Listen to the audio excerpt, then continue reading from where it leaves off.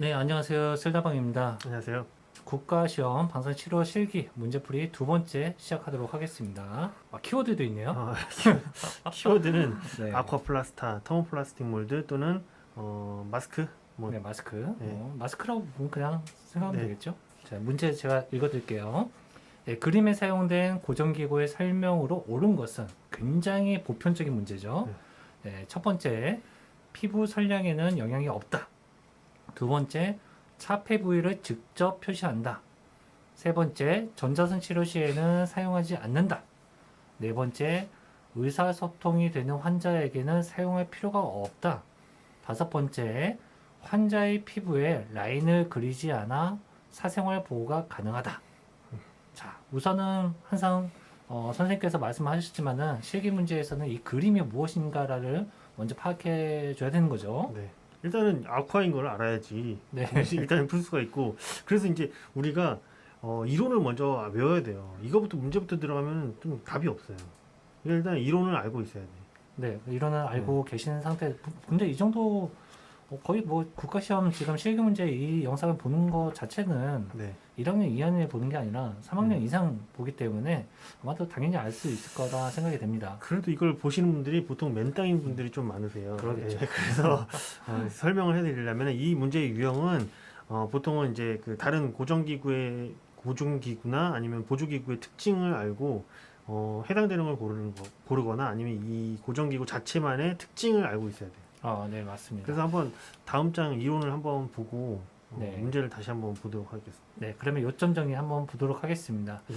자, 환자 고정기구에 있어서 지금 아쿠아플라스트에서 마스크를 얘기하는 건데, 더모플라스트 몰드 혹은 아쿠아플라스트 특징으로는 뭐 선생님께서 말씀을 좀 해주세요. 네, 지금 이거는 보통은 이제 플라스틱 같은 재질로 되어 있는데 70도 이상으로 온도를 주면은 얘가 말랑말랑해져요. 그래서 네. 환자 얼굴에 씌워가지고 고정을 시키는 역할을 하는 거거든요. 네, 근데 이 플라스틱 같은 재질로 되어 있다 그랬기 때문에 이 두께가 있어요. 일정 두께가 있기 때문에 이 두께에 의해서 산란선이 발생될 수도 있고 이 두께가 보로스처럼 작용을 하기 때문에 피부 선량을 조금 그 피부 쪽으로 당겨주는 역할도 합니다. 네. 어쨌든 뭐 없는 게 생겼기 때문에 네. 여러 가지 영향이 있어서 여기 컨택되는 스킨 도수가 네. 높아진다라고 판단해 주시면 되겠네요. 네, 그리고 헤드앤넥만 사용하는 게 아니고 다양한 부위에 사용할 수 있는데 보통은 헤드앤넥에 사용하고 있습니다. 네, 지금 이 오른쪽 사진에서 보는 거는 실제로 아쿠아플라스타라는 재질을 가지고 머리 쪽이랑 숄더까지 이제 사용한 거고, 네. 이런 재질을 가지고도 다른 부위에 적용할 수 있다는 걸 네. 얘기하시는 겁니다. 그리고 이제 환자 개별적으로 사용하는 거기 때문에 재사용하지 않고 한 명 사용하고 나면 폐기합니다. 네, 재사용하면은 음. 아무래도 사용했다가 다시 재사용할 수는 있죠. 할 수 있지만 잘 안 만들어질 수도 있고 혹은 감염의 위험도 있고, 네. 그래서 보통이 아니라 무조건적으로 재사용은 금지한다라고 보시면 네. 되겠어요. 그리고 이제 그 몸에 그림 보통 우리가 외부 참조법으로 피부에다 그림을 그리는데 이거는 아쿠아 위에다가 그림을 그리기 때문에 환자 얼굴에다 그림 그릴 수 없잖아요. 그래서 네. 사생활 보호 기능이 있습니다. 네, 방사선 치료에 있어서 꼭 스킨 쪽에 있는 라인 같은 거 혹은 셋업할 때 라인이 중요한 건데, 이건 스킨 쪽에다가 직접 그리는 게 아니라 바깥쪽으로, 이제 디바이스 바깥쪽으로 그려지기 때문에 충분히 사생활 보호가 된다고 볼 수 있습니다. 네.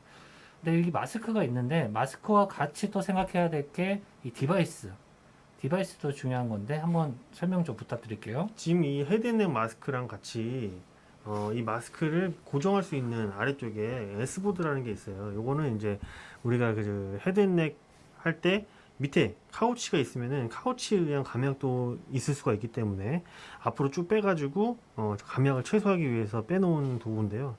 이건 S보드라고 해서 아쿠아플라스타랑 같이 사용하는 도구입니다. 네, 보시는 바와 같이 딱 모양 자체가 이제 두경부 쪽에 이제 쓰는 베이스 플레이트라고 보시면 될 것 같고, 뭐 여러 가지 특징적으로 봤을 때는 어쨌든 감약도 주의하고 뭐 아쿠아플라스타와 같이 공용해서 사용된다라고 네. 볼 수 있습니다.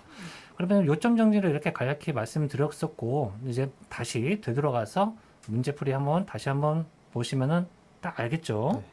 그래서 서울 고정기구에 대한 설명으로 옳은 것은 그러면은 어떤 게 옳을까요? 당연히 뭐 5번이죠. 자, 피부 설량에 영향이 그렇죠. 없고, 영향이 그다음에 없고. 차폐 부위를 표시한다. 이건 좀 헷갈릴 수 있는데, 보통은 헤드넷 같은 경우에는 뭐 IMRT를 하기 때문에 네. IMRT 경우에는 MLC가 이렇게 움직이잖아요. MLC가 움직이기 때문에 MLC 모양대로 차폐를 다 일일이 다 만들 수 없고 차폐 부위를 표시하기 위한 용도로 사용하지는 않습니다.